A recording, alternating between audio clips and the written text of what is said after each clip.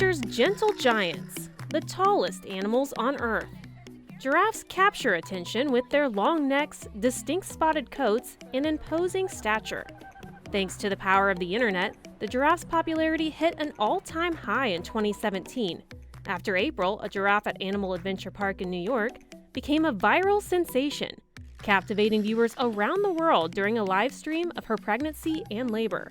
You know, people have baby giraffes in nurseries, so it's one of those animals that we learn about even as infants. And so I think there's this natural attraction and familiarity to such a great species. Animal curator Travis Vineyard plans and orchestrates logistics for moving animals in and out of Cleveland Metro Park Zoo. That includes one of the zoo's newest arrivals, a male giraffe calf born in April. The calf was born at a very small weight. It doesn't sound small, but 101 pounds is small. The other calf that we have here that is about 1.5 years old, he was born at 154 pounds. So the most recent calf we were quite concerned about, but he just appears to be small in stature. So the calf is especially small compared to his father, Bo, who stands above 16 feet tall. Vineyard says working with the giraffes helps the animal staff get to know individual personalities. Bo is very brazen, very brave, and also he knows when somebody's over in this area of the park, he's going to be fed as well.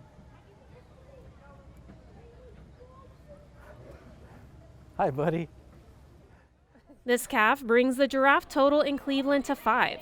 And while the herd increases here, the giraffe population in the wild remains cause for concern.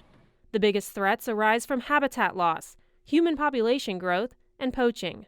Zoo Director Chris Kuhar calls the giraffe population's decline of 30 to 40% over 3 decades a silent extinction. I think most people that have been on safari or have any experience in Africa have seen giraffe, so you don't get the sense that giraffe are in trouble. But the reality is there's only about 110, 111,000 giraffe left in the wild. And when you compare that to animals that we know are in crisis mode, like elephants, there's some estimates that there's 450,000 elephants left. And it's a terrible number, and it's a terrible conservation crisis for elephants, but there's a quarter of the giraffe left in the world than there are elephants. So they've got an amazing tongue. Julian Fennessy is co-director and founder of the Giraffe Conservation Foundation, an organization focused on conservation and management of giraffes in the wild. He's in Cleveland providing an update on the foundation's work, which spans 15 African countries. Historically, people thought there was 1 species and 9 subspecies of giraffe, but based on our genetic work from across the continent the last 15 years, we know there's 4 different species of giraffe. The 4 species currently inhabit 21 sub-Saharan African countries, from Niger, east to Kenya, to Namibia, and South Africa. We get to manage these animals importantly now as species, and that's critical because those in southern Africa are doing really well. But all of those other species in East, Central and West Africa, they're struggling. They're endangered, critically endangered, and they're the ones, from finding out how different species there are, what we put our attention on. Fennessy calls cooperation with local governments and education among the locals critical to success. On the ground in certain areas, we see really positive stories, and that's what we're there for. We're helped to build conservation success. So in Uganda, we've seen the population double in the last 5 years by working there, setting up new populations. But in other countries, we do have issues. We have problems with poaching. Local people who are trying to live life, and at the same time, they're eating and feeding on giraffe. Some of those places are a bit scary to go to. There's bullets flying around, but in all honesty, if we're to save giraffe in some of these places, we have to get boots on the ground. Adding additional boots on the ground is one of the ways the Cleveland Metro Park Zoo supports the foundation. We make a connection with those that are in the field doing the work, and then we help fundraise for them. We provide our resources, so we've sent veterinarians to help with giraffe translocations and study of giraffe skin disease. We sent animal care staff to help with those translocations. So we're providing our expertise for those people that are on the ground.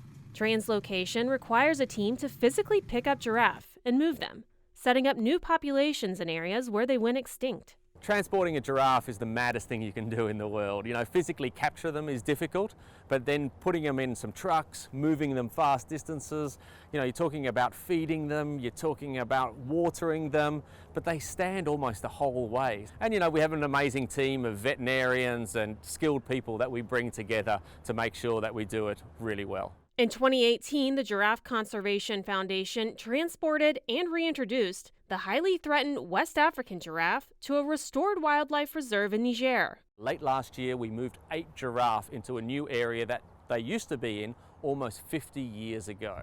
We'll continue to take more giraffe there, and hopefully the new habitat will help giraffe numbers grow.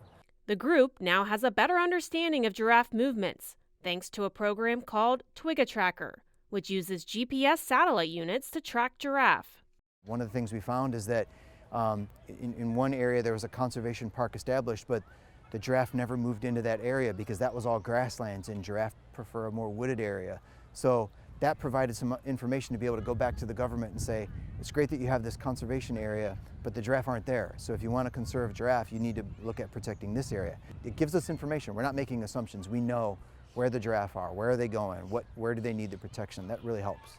As for making an impact locally, the zoo emphasizes its role as the front door to conservation by engaging visitors and making people feel like partners in what's going on around the world. Most exotic animals you can't get close to, right? There's a safety issue there, but giraffe are one of those great species where we can actually allow guests to feed animals, and that connection, when you see a giraffe up close and you see that tongue come out and grab that lettuce leaf, and we know now that making that connection with animals is really important to inspire any sort of action, any sort of willingness to engage in conservation. A contest to name the newest giraffe is one way the zoo encourages engagement. Yeah, we've done something differently the past couple of years where we've actually provided a couple names and let the public vote.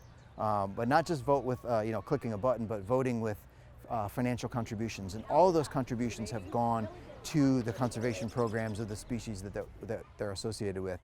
Researchers appear optimistic as zoo staff in Cleveland and Fennessy's team in Africa work to secure a long-term future for these tall creatures. We think it's really important to talk about the number of giraffe and recognize how important it is that we get that message out that giraffe are threatened or vulnerable or endangered. Regardless, it doesn't matter to a kid in Northeast Ohio. The important thing is they need to know that they can do something to help giraffe.